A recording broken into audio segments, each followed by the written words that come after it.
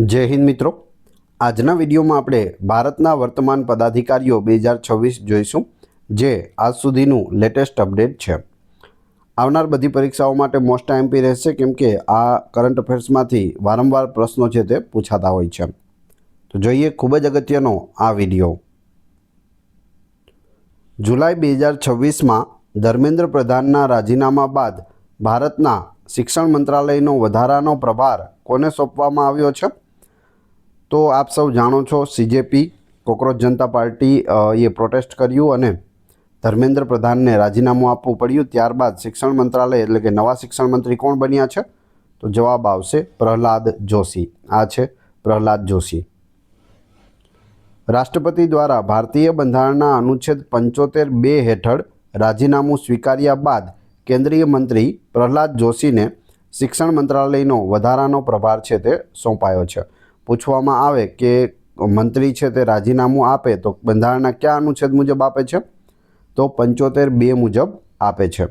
કોને આપે છે? તો રાષ્ટ્રપતિને આપે છે. તો આ બધી બાબતો પણ ખાસ ધ્યાન રાખવી.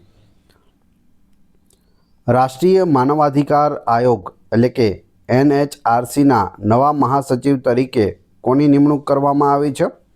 તો નવા મહાસચિવ બની ગયા છે પિયુષ ગોયલ.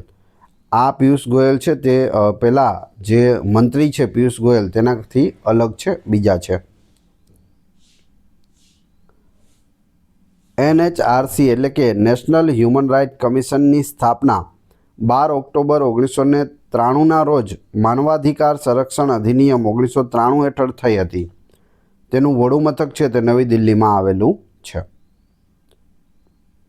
જુલાઈ 2026માં નીતિ આયોગના નવા CEO તરીકે કોણ નિમાયું છે? નીતિ આયોગના નવા CEO કોણ બની ગયા છે? ચીફ એક્ઝિક્યુટિવ ઓફિસર, CEOનું પૂરું નામ થાય છે. જવાબ આવડતો હોય તો સાથે સાથે તમે કમેન્ટ બોક્સમાં જવાબ પણ આપી શકો છો. જવાબ આવશે અનુરાગ જૈન. આ છે અનુરાગ જૈન. નીતિ આયોગના તેઓ નવા CEO બન્યા છે. અનુરાગ જૈને નિધિ છિબ્બરનું સ્થાન છે તે લીધું છે. નીતિ આયોગની સ્થાપના 1 જાન્યુઆરી 2015ના રોજ થઈ હતી. હવે નીતિ આયોગના વર્તમાન અધ્યક્ષ કોણ છે તે તમારે કોમેન્ટ બોક્સમાં જણાવવાનું છે. ખ્યાલ હોવો જોઈએ બધાને. રાષ્ટ્રીય લઘુમતી આયોગ એટલે કે નેશનલ કમિશન ઓફ માઇનોરિટીઝના નવા અધ્યક્ષ કોણ બન્યા છે? તો જવાબ આવશે હરજીતસિંહ ગ્રેવાલ બન્યા છે. આ છે હરજીતસિંહ ગ્રેવાલ, રાષ્ટ્રીય લઘુમતી આયોગના નવા અધ્યક્ષ. રાષ્ટ્રીય લઘુમતી આયોગ એ 1992ના અધિનિયમ હેઠળ રચાયેલ એક વૈધાનિક સંસ્થા છે, જે 17 મે 1993ના રોજ અમલમાં આવી હતી. તારીખ પણ યાદ રાખજો, 17 મે 1993. અધિનિયમ પણ યાદ રાખજો, 92માં આવ્યો હતો. કેવી સંસ્થા છે? બંધારણીય છે? તો કે ના, વૈધાનિક સંસ્થા છે. પૃથ્વી વિજ્ઞાન મંત્રાલય એટલે કે મિનિસ્ટ્રી ઓફ અર્થ સાયન્સના નવા સચિવ તરીકે કોની નિમણૂક થઈ છે? પૃથ્વી વિજ્ઞાન મંત્રાલયના નવા સચિવ બની ગયા છે ડૉક્ટર શ્રીનિવાસ કુમાર તુમલ્લા. આ છે ડૉક્ટર શ્રીનિવાસ કુમાર તુમલ્લા. દિલ્હીના નવા પોલીસ કમિશનર તરીકે કોની નિમણૂક કરવામાં આવે છે? દિલ્હીના નવા પોલીસ કમિશનર જવાબ આવશે અનુરાગ કુમાર. આ છે અનુરાગ કુમાર. દિલ્હીના મુખ્યમંત્રી રેખા ગુપ્તા, ઉપમુખ્યમંત્રી પ્રવેશ સાહેબસિંહ વર્મા અને ઉપરાજ્યપાલ તરણજીતસિંહ સિંધુ છે. સૌ જાણો છો દિલ્હીના નવા મુખ્યમંત્રી કોણ છે? તો રેખા ગુપ્તા છે. ઉપમુખ્યમંત્રી પણ ખાસ યાદ રાખજો, પૂછાઈ શકે, પ્રવેશ સાહેબસિંહ વર્મા અને ઉપરાજ્યપાલ તરણજીતસિંહ સંધુ છે. જુલાઈ 2026માં આઈટી કંપની ઇન્ફોસિસના નવા CEO તરીકે કોને નિમવામાં આવ્યા છે? ઇન્ફોસિસ કંપનીના નવા CEO. આઈટી કંપની છે, આઈટીનું ફૂલ ફોર્મ થશે ઇન્ફોર્મેશન ટેકનોલોજી. જવાબ આવશે આશિષ કુમાર દેશ. આ છે આશિષ કુમાર દેશ. ઇન્ફોસિસની સ્થાપના 1981માં થઈ હતી અને તેનું વડું મથક બેંગલુરુ, કર્ણાટક ખાતે આવેલું છે. કેન્દ્ર સરકાર દ્વારા ઉચ્ચ શિક્ષણ વિભાગના નવા સચિવ કોણ બન્યા છે? ડિપાર્ટમેન્ટ ઓફ હાયર એજ્યુકેશનના નવા સચિવ જવાબ આવશે નરેશપાલ ગંગવાર બન્યા છે. આ છે નરેશપાલ ગંગવાર. ભારતના નવા ચીફ ઓફ ડિફેન્સ સ્ટાફ ત્રીજા નંબરના છે CDS કોણ બન્યા છે? નવા CDS જવાબ આવશે NS રાજા સુબ્રમણી બન્યા છે. Chief of defence staff CDS ખાસ યાદ રાખજો. પ્રથમ હતા બિપિન રાવત, બીજા કોણ હતા કમેન્ટ બોક્સમાં જણાવી દેજો, અને ત્રીજા NS રાજા સુબ્રમણી છે. બીજા હતા તે હાલમાં જ ગયા છે અને તેનું સ્થાન લીધું છે NS રાજા સુબ્રમણીએ. તેઓ ભારતના ત્રીજા CDS બન્યા છે. તેમણે જનરલ અનિલ ચૌહાણનું સ્થાન લીધું છે. ઓપ્શનમાં પણ હતું. ભારતના પ્રથમ CDS જનરલ બિપિન રાવત હતા. તો 3 વસ્તુ યાદ રાખજો. પ્રથમ પણ પૂછાઈ શકે, કોનું સ્થાન લીધું છે તે પણ પૂછાઈ શકે, અને વર્તમાનમાં કોણ છે એ પણ પૂછાઈ શકે, કેમ કે એ બધા કરંટ અફેર્સને રિલેટેડ પ્રશ્નો ગણાય છે.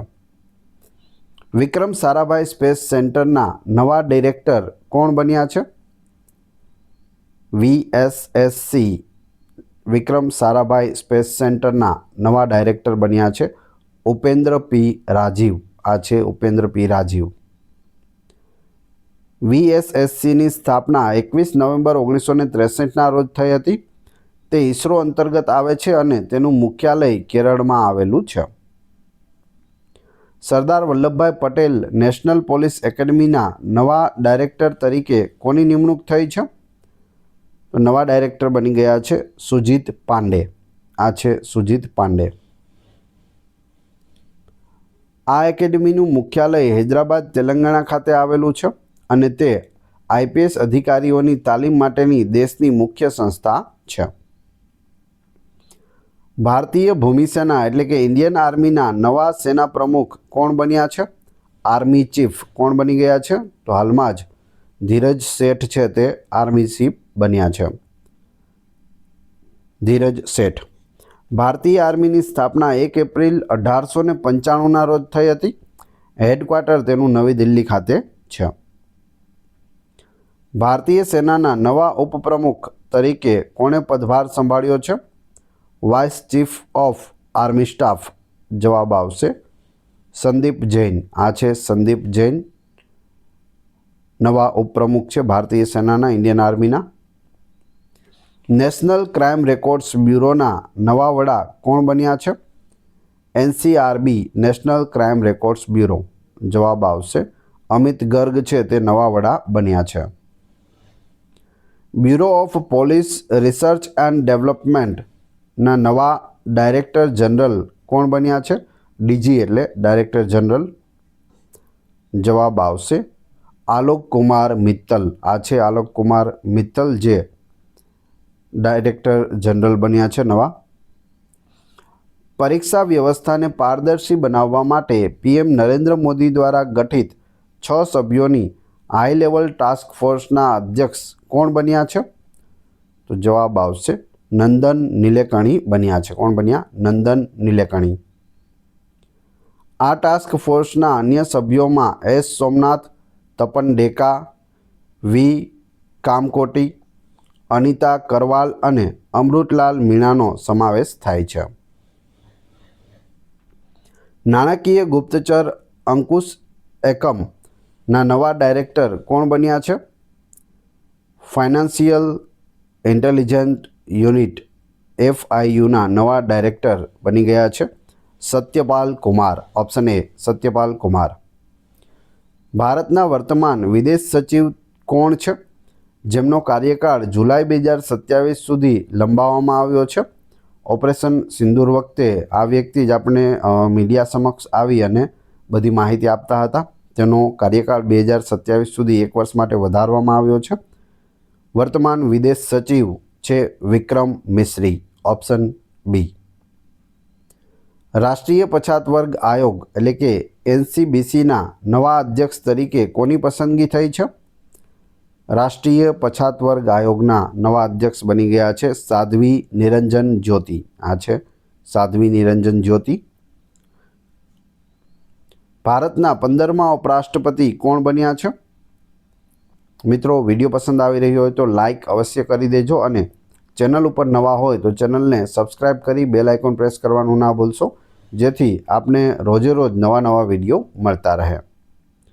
જવાબ આવશે સીપી રાધાકૃષ્ણન. આની પહેલાં તેઓ મહારાષ્ટ્રના ગવર્નર હતા અને ત્યાંથી સીધા તેઓ ઉપરાષ્ટ્રપતિ બન્યા છે. ડાયરેક્ટોરેટ જનરલ ઓફ સિવિલ એવિએશનના નવા મહાનિદેશક કોણ બન્યા છે? DGCA, directorate general of civil aviation. જવાબ આવશે વીર વિક્રમ યાદવ નવા મહાનિદેશક બન્યા છે. સેન્ટ્રલ વિજિલન્સ કમિશનના નવા વિજિલન્સ કમિશનર એટલે કે સતર્કતા આયુક્ત કોણ બન્યા છે?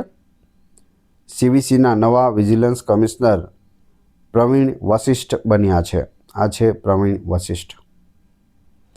ભારતના નવા મહાલેખા નિયંત્રકનો પદભાર કોણે સંભાળ્યો છે? CGA, controller general of accounts. કોણ બન્યા મહાલેખા નિયંત્રક? જવાબ આવશે TCA કલ્યાણી. આ છે TCA કલ્યાણી. BCCIના નવા અધ્યક્ષ કોણ બન્યા છે? BCCIનું ફૂલ ફોર્મ પણ ઘણી વખત પૂછાય છે, ખાસ યાદ રાખજો. Board of control for cricket in India.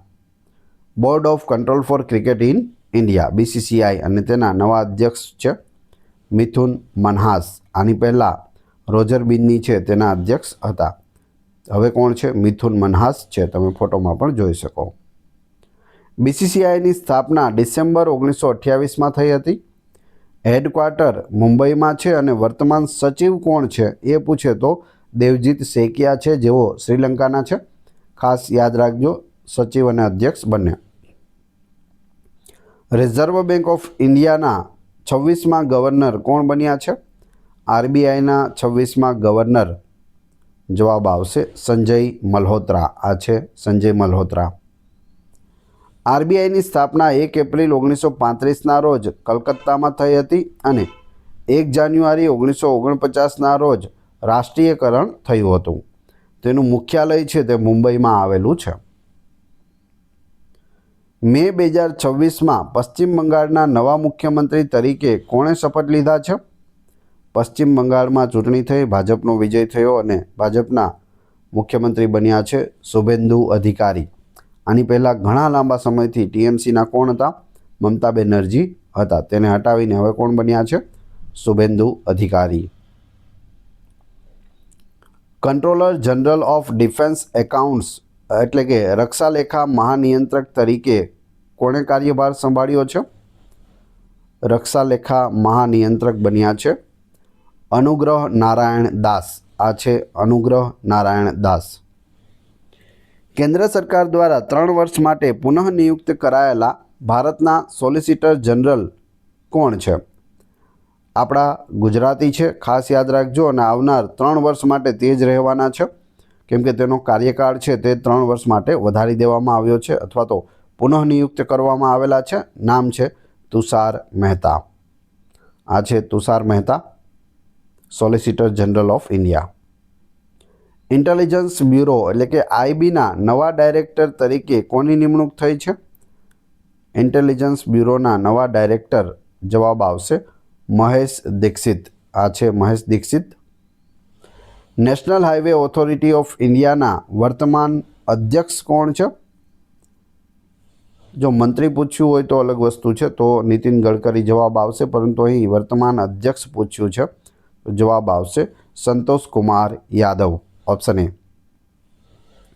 Railway protection force RPFના પ્રથમ મહિલા ડાયરેક્ટર જનરલ કોણ બન્યા છે?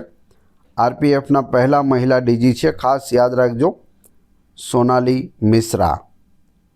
Option A. આ છે સોનાલી મિશ્રા. ભારત તિબ્બત સીમા પોલીસ ITBP ના નવા મહાનિદેશક કોણ બન્યા છે? ITBPના નવા મહાનિદેશક. જવાબ આવશે શત્રુજીતસિંહ કપૂર બન્યા છે. ઇન્ડો તિબેટિયન બોર્ડર પોલીસ ITBPનું પૂરું નામ થશે. ભારતના નવા કંટ્રોલર એન્ડ ઓડિટર જનરલ એટલે કે CAG નિયંત્રક અને મહાલેખા પરીક્ષક કોણ બન્યા છે?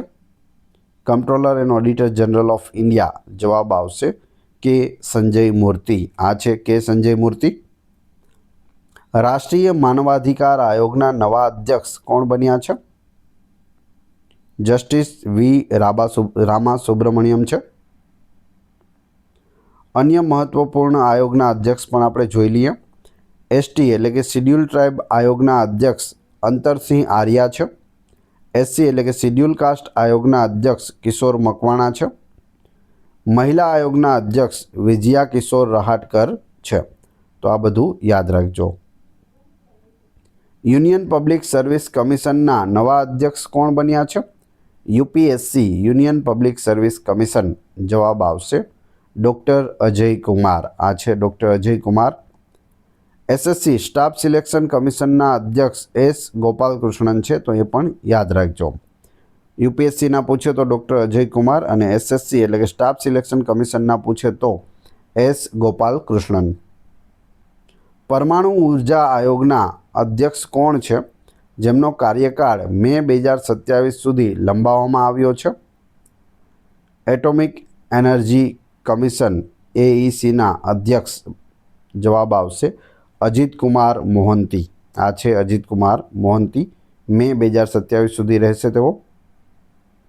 ઇન્ટરનેશનલ બિગ કેટ એલાયન્સ એટલે કે આઈબીસીએના અધ્યક્ષ તરીકે કોની પસંદગી કરવામાં આવી છે? જવાબ આવશે ભૂપેન્દ્ર યાદવ. આઈબીસીએના નવા અધ્યક્ષ. જાન્યુઆરી 2026માં ભારતીય જનતા પાર્ટીના સૌથી યુવા રાષ્ટ્રીય અધ્યક્ષ કોણ બન્યા છે? બીજેપીના રાષ્ટ્રીય અધ્યક્ષ બની ગયા છે નીતિન નવીન. ઓપ્શન બી નીતિન નવીન. રાજ્યસભાની અરજી સમિતિના નવા અધ્યક્ષ કોણ બન્યા છે? પિટિશન કમિટીના અધ્યક્ષ. જવાબ આવશે રાઘવ ચડ્ડા. પહેલાં આમ આદમી પાર્ટીમાં હતા, પછી બીજેપીમાં જોડાયા અને તેઓને રાજ્યસભાની અરજી સમિતિના હવે અધ્યક્ષ બનાવવામાં આવ્યા છે. વડાપ્રધાન નરેન્દ્ર મોદીના બીજા મુખ્ય સચિવ તરીકે કોની નિમણૂક થઈ છે? Second principal secretary. જવાબ આવશે શક્તિકાંત દાસ. તમે અહીં બાજુમાં જોઈ શકો એ છે શક્તિકાંત દાસ. પીએમના પ્રથમ મુખ્ય સચિવ પીકે મિશ્રા છે. બીજા શક્તિકાંત દાસ. અને તેમના અંગત સચિવ પૂછે પ્રાઇવેટ સેક્રેટરી તો તે નિધિ તિવારી છે. તો ત્રણે બાબતો યાદ રાખજો. પ્રથમ મુખ્ય સચિવ પીકે મિશ્રા, બીજા શક્તિકાંત દાસ અને અંગત સચિવ પ્રાઇવેટ સેક્રેટરી પૂછે તો નિધિ તિવારી. નેશનલ કેડેટ કોર્પ્સ એટલે કે એનસીસી. એનસીસીનું પૂરું નામ પણ યાદ રાખજો નેશનલ કેડેટ કોર્પ્સ. ના 35માં મહાનિદેશક તરીકે કોણે પદભાર ગ્રહણ કર્યો છે? 35માં મહાનિદેશક બની ગયા છે લેફ્ટનન્ટ જનરલ વિરેન્દ્ર વત્સ. લેફ્ટનન્ટ જનરલ વિરેન્દ્ર વત્સ. મે 2026માં પ્રસાર ભારતીના નવા અધ્યક્ષ તરીકે કોની નિમણૂક થઈ છે? પ્રસાર ભારતીના નવા અધ્યક્ષ. જવાબ આવશે પ્રસૂન જોશી. આ છે Prasoon Joshi. Central board of film certification સીબીએફસીના નવા અધ્યક્ષ કોણ બન્યા છે? શશી શેખર વેમ્પતિ બન્યા છે. તેમણે પ્રસૂન જોશીનું સ્થાન લીધું છે. પ્રસૂન જોશી છે જે હાલ પ્રસાર ભારતીના અધ્યક્ષ બન્યા, તે પહેલાં સીબીએફસીના અધ્યક્ષ હતા. હવે કોણ છે? શશી શેખર વેમ્પતિ છે. ભારતીય નૌકાદળના નવા પ્રમુખ કોણ બન્યા છે? ઇન્ડિયન નેવીના નેવી ચીફ કોણ બન્યા? જવાબ આવશે એડમિરલ કૃષ્ણા સ્વામીનાથન. આ છે એડમિરલ કૃષ્ણા સ્વામીનાથન.